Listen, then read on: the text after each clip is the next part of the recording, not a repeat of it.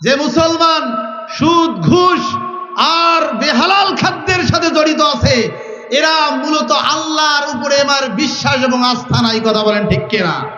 কারণ মানুষকে যে আল্লাহ খাওয়ায় এটা বিশ্বাস না করার কারণে সুদ আর ঘুষের সাথে জড়িত হয়ে অবৈধ খাদ্য খেয়ে তার জীবন পরিচালনা করে। কথা বলেন ঠিক কিনা? আমরা অনেক দেখেছি।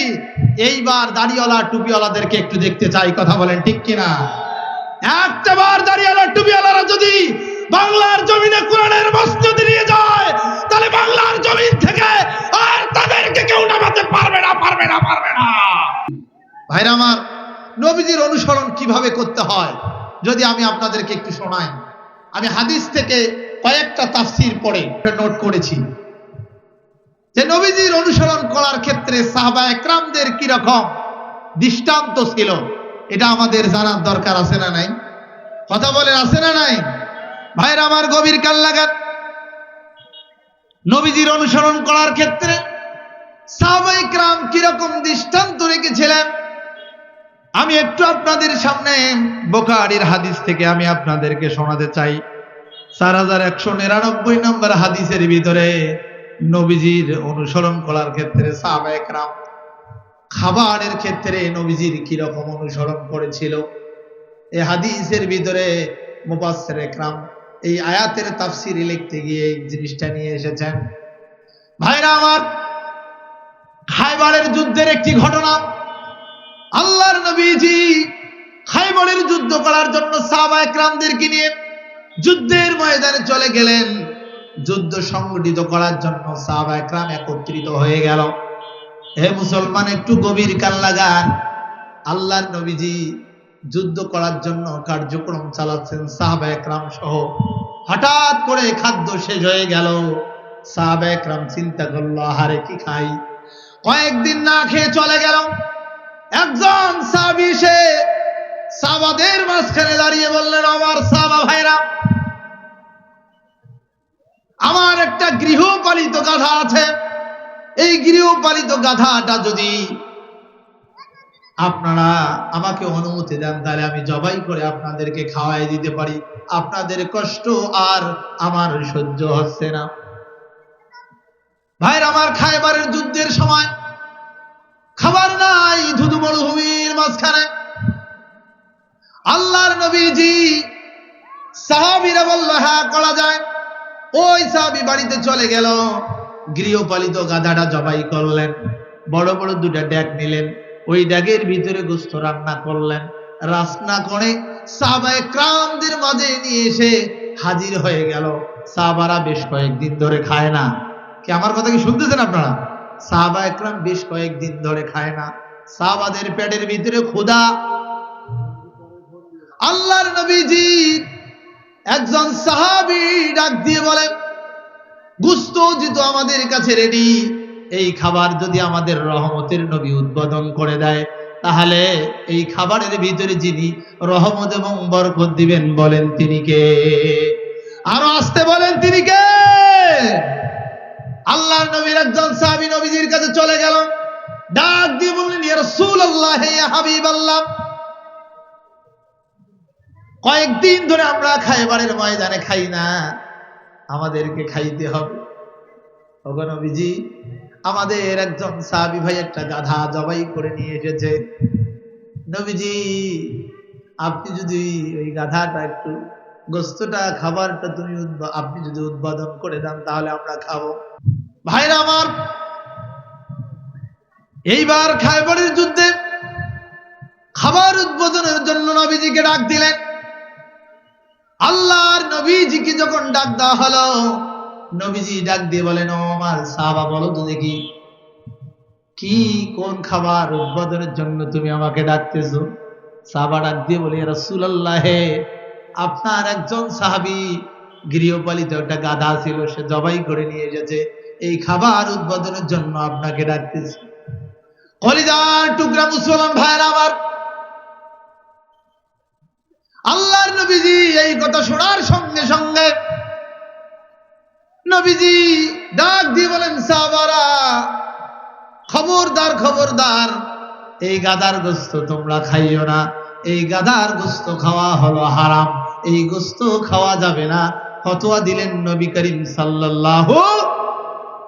ভাইরা আমার, ফতোয়া দেওয়ার সঙ্গে সঙ্গে ক্বালু সামি'না ওয়া আতা'না, সাহাবা একরাম শুনে নিলেন আর সঙ্গে সঙ্গে মেনে নিলেন। যেখানে গোস্তর পাতিল সহ সাহাবা একরাম লাইন ধরে দাঁড়িয়ে আছে খাওয়ার জন্য।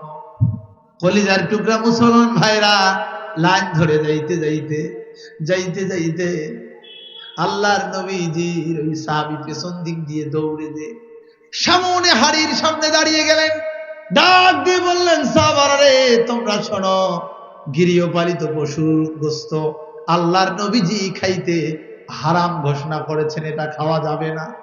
এই ঘোষণা দিয়ে আল্লাহর নবীজির সাহাবী দুইটা ডাক দু হাত দিয়ে ধরে দুটা ডাক ওই খাইবারের যুদ্ধের ময়দানের ভিতরে ফেলায় দিলেন।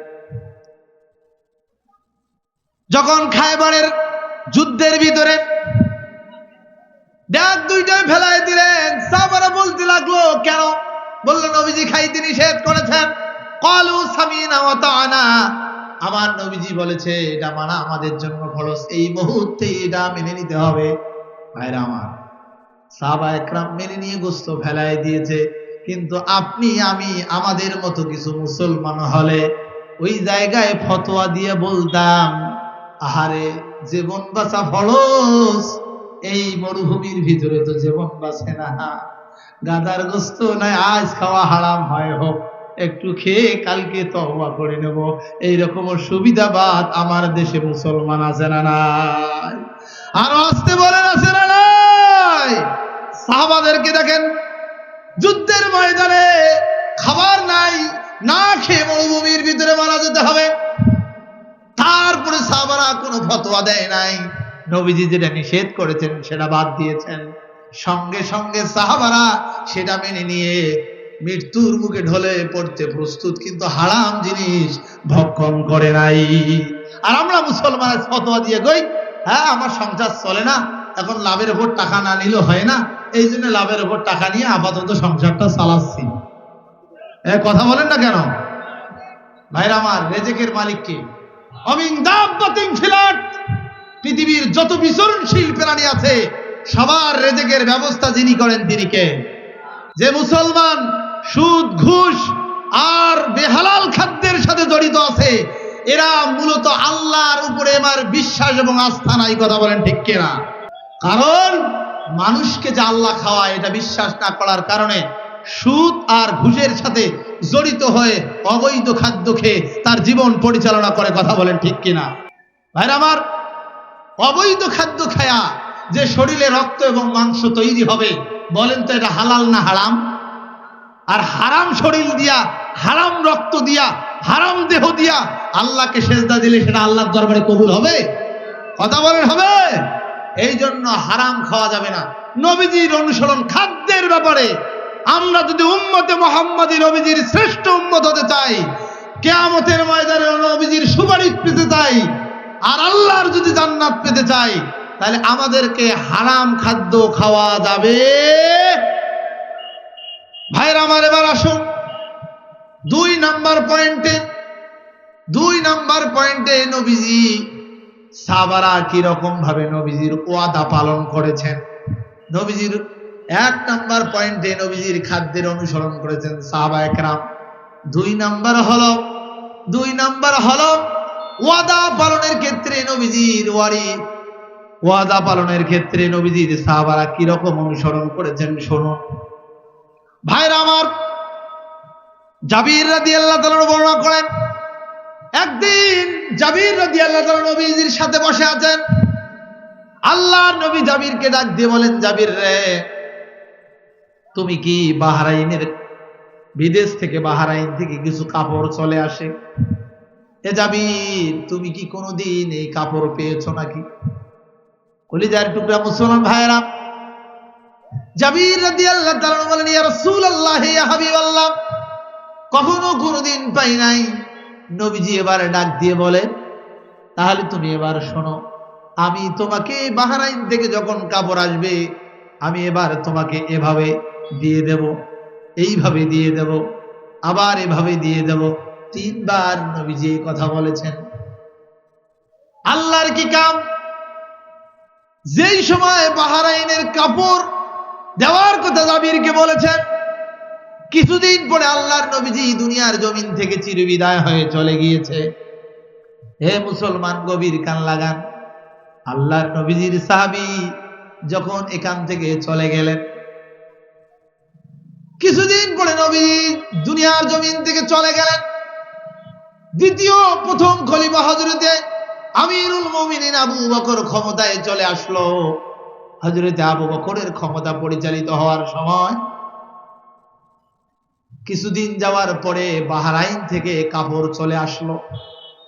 আল্লাহর নবীজি এইবার আল্লাহর নবীজির সাহাবী চিন্তা করলেন, আহারে, আমার আগের রাষ্ট্রপ্রধান যিনি ছিলেন তিনি হলেন হযরত মুহাম্মদুর রাসূলুল্লাহ সাল্লাল্লাহু আলাইহি ওয়াসাল্লাম।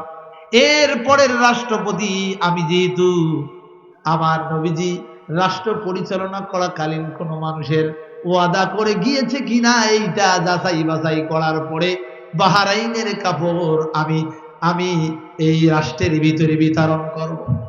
ভাইরা আমার, আল্লাহর নবীজি সাহাবী হযরত আবু বকর সমস্ত সাহাবীদেরকে ডাক দিলেন। ডাক দেওয়ার পরে বলেন, সাহাবারা রে, আমার নবীজি কাউকে বাহরাইনের কাপড় দেওয়ার জন্য ওয়াদা করেছে নাকি? আল্লাহর নবীজির সাহাবী এই কথা শোনার পর জাবির রাদিয়াল্লাহু আনহু দুহাত তুললেন, ডাক দিয়ে বললেন, আমিরুল মুমিনিন, আমাকেই নবীজি ওয়াদা দিয়েছিলেন বাহরাইনের কাপড় দেওয়ার জন্য। কলিজার টুকরা ভাইরা, আল্লাহর নবীজির সাহাবী হযরত আবু বকর ওই জাবির রাদিয়াল্লাহু তাআলা আনহুকে পাশে ডাকলেন। ডাকার পরে কাছে নিলেন, নিয়ে বললেন, এ ভাই, এই যে বাহরাইনের কাপড় নাও, তোমাকে কয়বার নবীজি দিতে চেয়েছেন? জাবির রাদিয়াল্লাহু তাআলা ডাক দিয়ে বলেন, ইয়া আমিরুল মুমিনিন, তিনবার দিতে চেয়েছেন।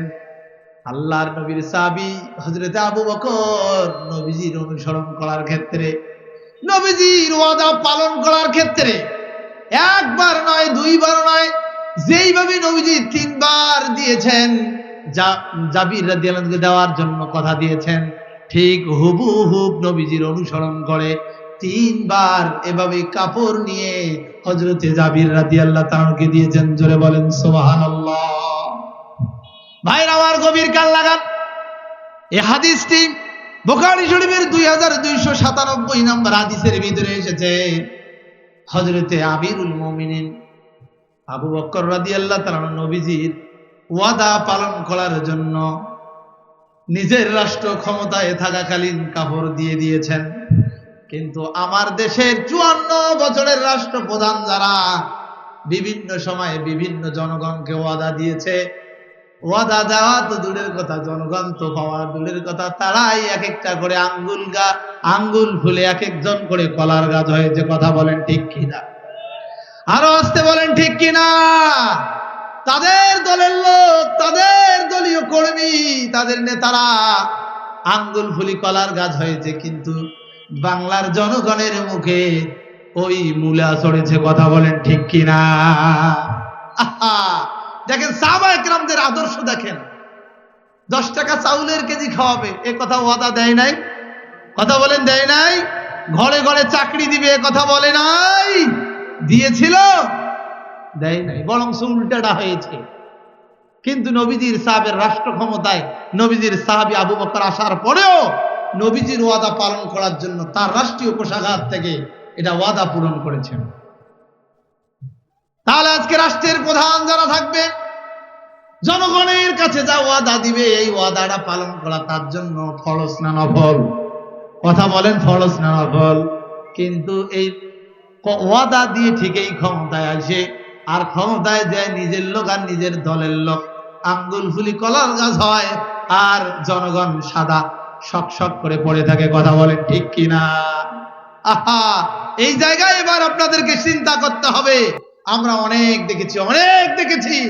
এইবার দাড়িওয়ালা টুপিওয়ালাদেরকে একটু দেখতে চাই। কথা বলেন ঠিক কিনা?